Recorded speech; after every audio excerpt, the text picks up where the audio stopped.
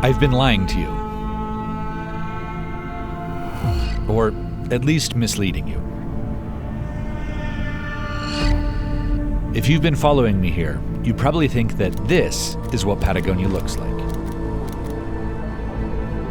Mostly, Patagonia looks like this. Empty, desolate, forsaken. Ominous. Nothing short of ominous. I've been in Patagonia for 2 weeks, exploring just a corner of this massive place. And yes, this pocket of Patagonia is one of the most jaw-dropping places on the planet. But today, it's time I explore a little deeper. I must cross these barren, empty deserts, risking a bleak end if I want to see more.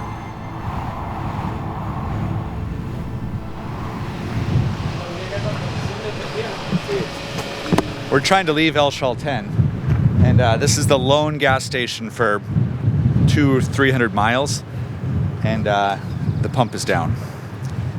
There's no gas. I don't think it's a good idea to try to drive to Calafate without more gas. Yeah, it's kind of the Wild West right now. Everybody's like jostling for position for a broken gas pump. It's kind of a circus here. People are all competing. You might be stuck. Getting hairy out here. Literally. But on a positive note, this is the prettiest gas station. Look at the views. Yeah, it's beautiful.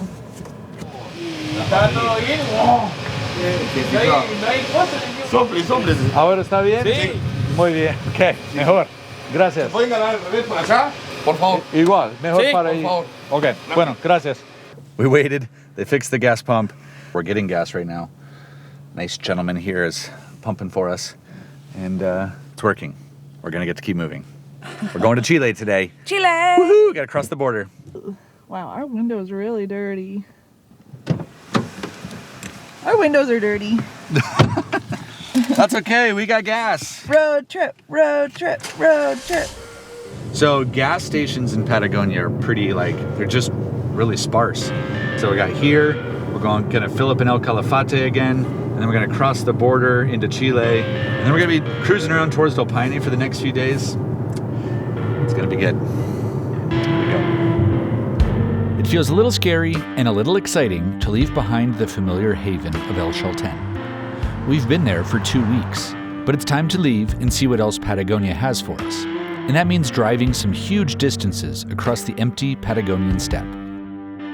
Surprisingly, the Patagonian desert is one of the largest in the world, made possible by the Andes to the west, whose photogenic peaks create a dramatic rain shadow that blocks almost all moisture from moving past the snow-capped peaks. While some wildlife has adapted to the extreme conditions here, very few humans live here. It's one of the emptiest places on the planet for human civilization. Patagonia is dotted with a few sparse outposts, and it's a rule: you can't pass them by, especially when they have fresh empanadas. All right, so Route 40 is kind of the classic road that goes down Argentina, all of Patagonia. And we've been on that for a long time, but we had to turn off of it to get kind of basically to our border crossing. And we're gonna be crossing into Chile at some random military outpost between the two countries. So this is traveling Patagonia. Woohoo! Pretty epic out here.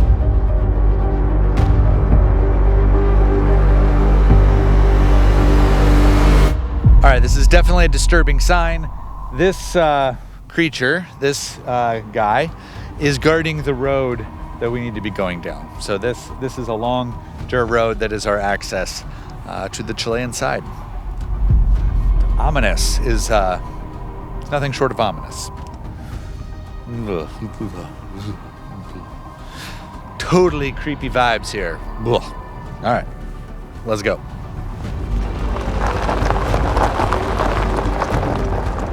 It's staggering to me just how empty this landscape feels. Driving through it is nothing short of strange. And there's always a little bit of tension. Having car trouble here could be disastrous. So I'm driving with vigilance to not run over any of the large, tire-popping rocks scattered about the road. There's another little... I think it might be for the sheep. Yeah, you think it scares the sheep? Maybe. It might be. But that other one was like, I think The other one was just creepy. it was so creepy.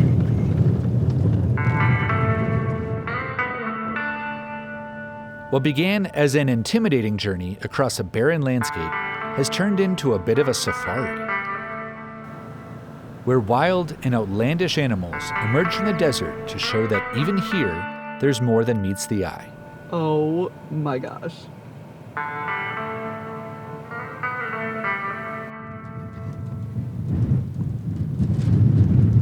I don't think the gas works here. Yeah. This has been abandoned. Clearly, it hasn't been running in probably 50 years.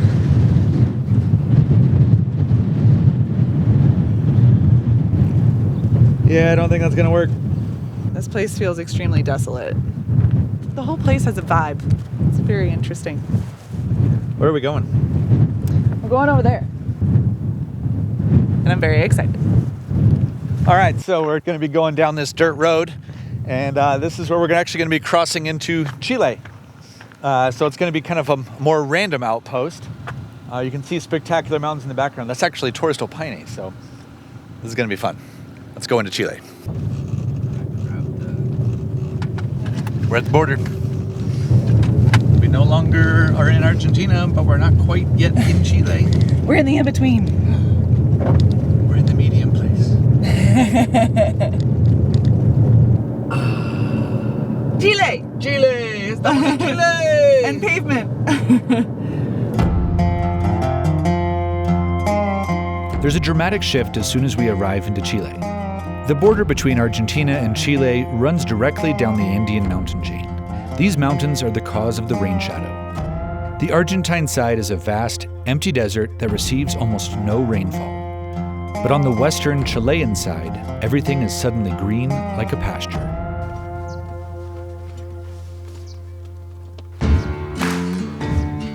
While Gaucho culture prevails through all of Patagonia, we're able to experience it up close and personal now that we're in Chile. Gauchos are folk heroes of Patagonia and a central part of the way of life here. Cowboys, horsemen, wranglers, hardy and weather-worn, Gauchos are infamous for their toughness.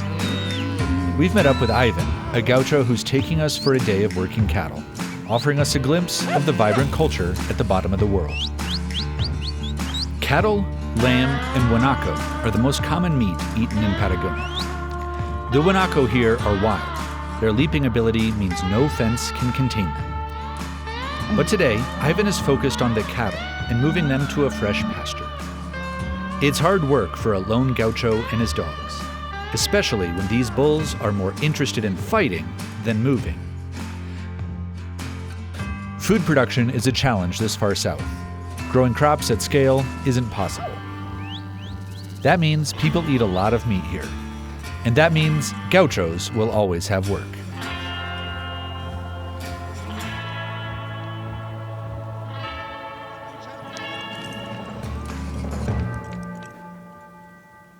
After our journey through the desert, we've finally arrived to one of Patagonia's other great marvels, Torres del Paine.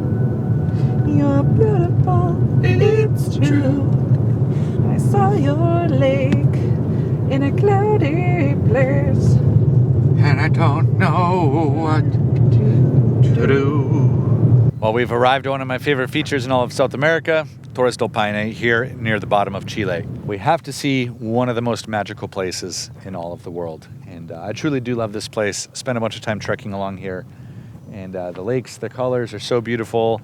We've got glaciers, we've got incredible towers. Really wonderful place. Torres del Paine is one of South America's crown jewels. Our plan is to camp and hike and squeeze one last adventure into our time here in Patagonia. We've made it to Torres del Paine. We're camping here in this cute little campground. Something that I think is funny or interesting, there's like a hotel down the road, like literally like maybe a quarter mile from here with the same exact views that we have from camp. That costs $2,000 a night to stay in. To camp here is $30 a night. So pretty cool, and there's tons of space. Just in case you watched the last video, I had a a pretty much catastrophic failure of this mattress. I had a huge tear that happened while we were camped at the most spectacular campsite I've ever been to. Slept terribly while we were there because I was literally just on the ground with no padding underneath me, but like what I could lay out with jackets and pants and stuff like that. But I was able to secure a patch that is big enough to cover it. I'll be sleeping much better tonight and tomorrow night as we camp here.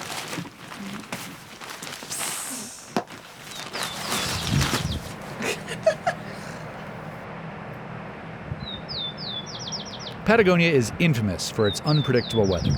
It's a lesson I learned on my first day in the region, and it's been pretty intent on reminding me just about every day.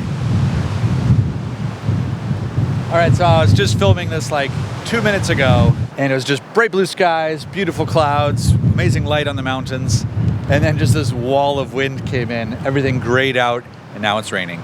So the weather changes mighty fast here. We might be in for another big storm here tonight. But right now, we're actually got this awesome place to just dine, watch the amazing view.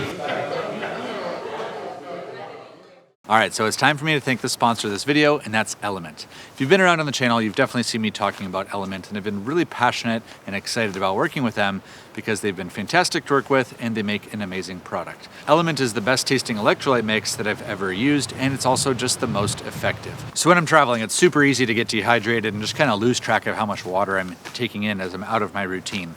But I travel with these, and it's really helped me really fight off the fatigue, the muscle cramps, the headaches, the restlessness, the bad sleep that happens when you lose electrolytes. So taking one of these really absolutely helps. So if you want to try Element, just go to the link below at drinkelement.com/Eric Hansen, and Element will throw in a free sample pack with any purchase. All right, so thanks so much to Element for sponsoring this video and helping to make this trip to Patagonia possible. Let's keep going. For hikers coming to Torres del Paine, the W Circuit is a world-class multi-day trek. After our 5-day trek through El Chaltén, we don't have enough time left to tackle the W. But we're jumping on a boat full of other trekkers to hike a rugged section of the trail. Just a sea of backpackers.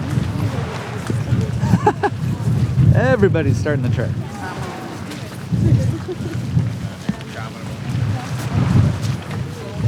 All right, behind me here is one of the main refugios along the W circuit. It's kind of where everybody starts. And we just got off the boat with like a mass of people starting the W trek. Hopefully we have some more accommodating weather. This morning has been really rough. Very cold, very windy, very wet and rainy. So we've had such good weather the whole trip. So I guess 1 or 2 days of stinky weather is bound to happen. Cool. Paine Grande, spectacular mountain, mostly covered in clouds, but fresh blanket of snow from last night's storm. Let's go see what Torres del Paine has to offer.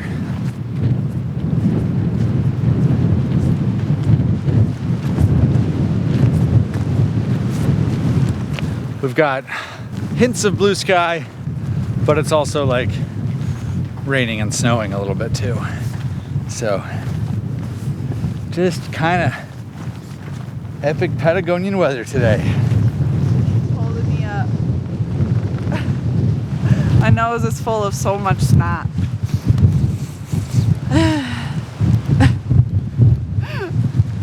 Are you having any fun? I'm okay. Yeah. Not my best day of hiking. I guess it's beautiful and I want to be out here. Like I want to be hiking and stuff, but my body's just like tapped out. That happens sometimes.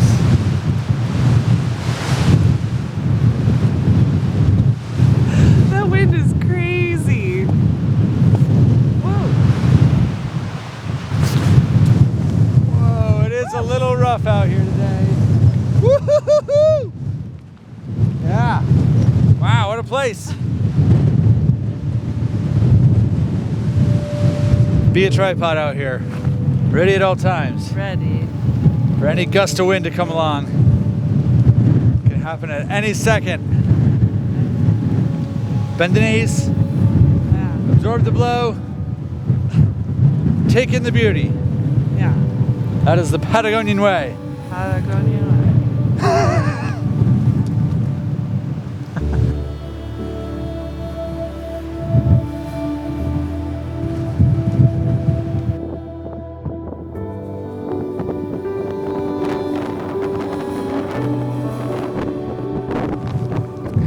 Well, it's been a little bit of a tough day out here, but we made it to the overlook of Glacier Gray.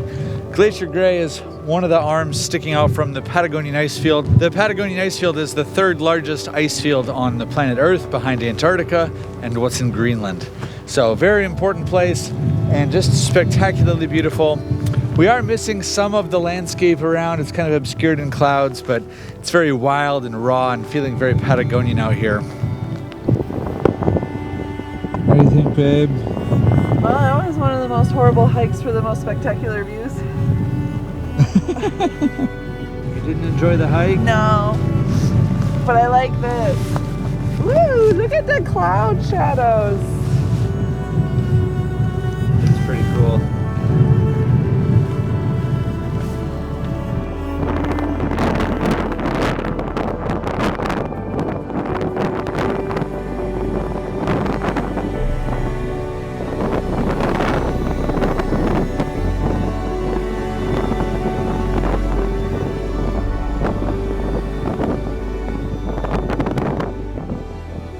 Well, honestly, it's been a little bit rough out here.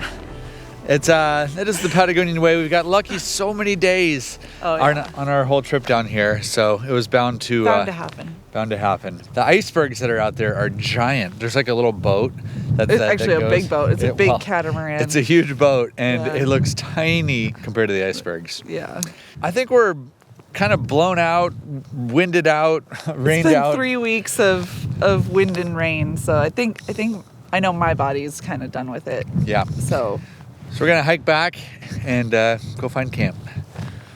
All right, let's go. So 10 years ago, I was here on this exact rock, staring into Glacier Gray.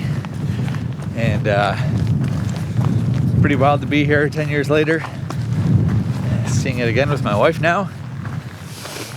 Still, that was a hard day then. Had some crappy weather and got it again.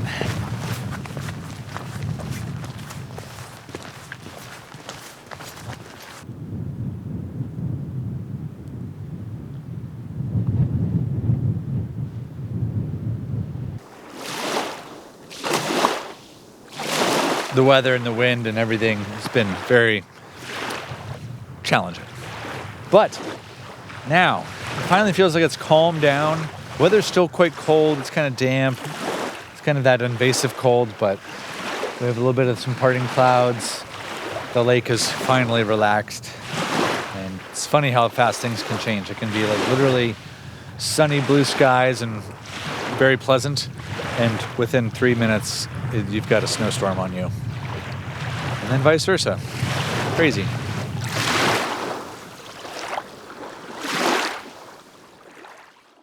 Just woke up.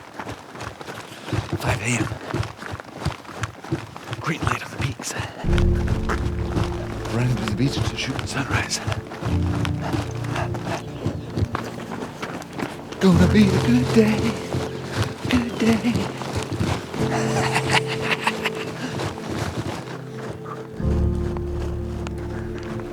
The following is perhaps the most beautiful sunrise I've ever witnessed. So, yeah, we need this music to get a little more epic.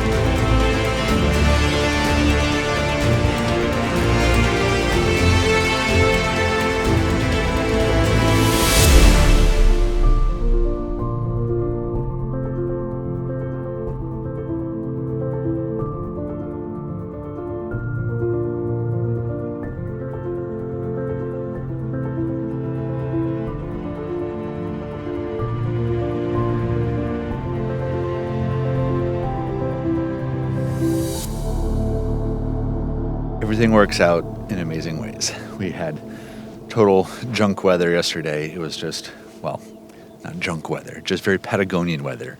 And it was hard to really be out here, hard to see everything. It was very cold, kind of damp, and not the most fun.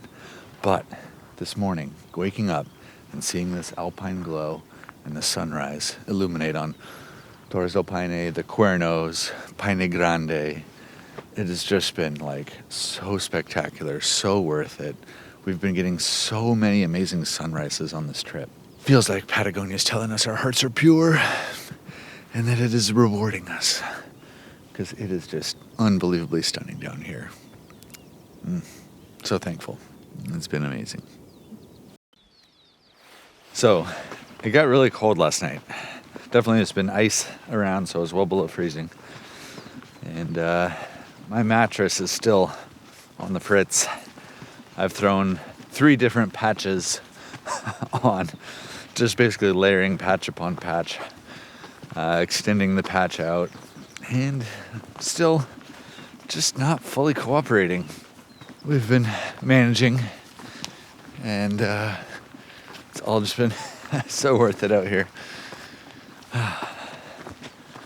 Goodness gracious.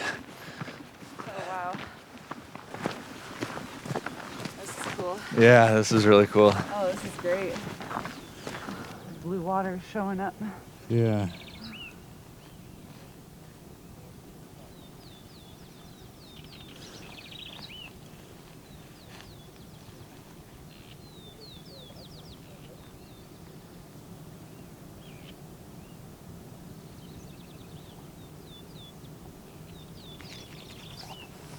Packing up, time to head to Puerto Natales, which is the nearest place to get gas. And then we are driving back north across Patagonia and back into Argentina. You ready to rock? Yeah, I just found a really cool campsite. Oh. I know. Cooler than what we had? No. We will be back, that's for sure. No, we definitely want to do a trek, whether it's the O or the W or something. Definitely want to explore more of this area when we just really focused on El Chalten, and yeah. I think next time we'll focus on the Chilean side. We're left wanting more. That's the way it should be. Yeah. All right, time to pack up and officially hit the road. Patagonia has left an indelible mark on my soul. Our time has come to begin the long journey home. So much has happened since our arrival. From bonding with a group of fellow travelers, to experiencing the fierce, singular beauty of the landscape and growing our understanding of the way of life and connecting with the people of Patagonia. These experiences are rich opportunities to grow as a person, to see the world and expand your horizons. We're just out for a beautiful, casual horseback ride with their Gaucho here, Ivan. I hope this series has been enjoyable to you. As always, thanks for watching.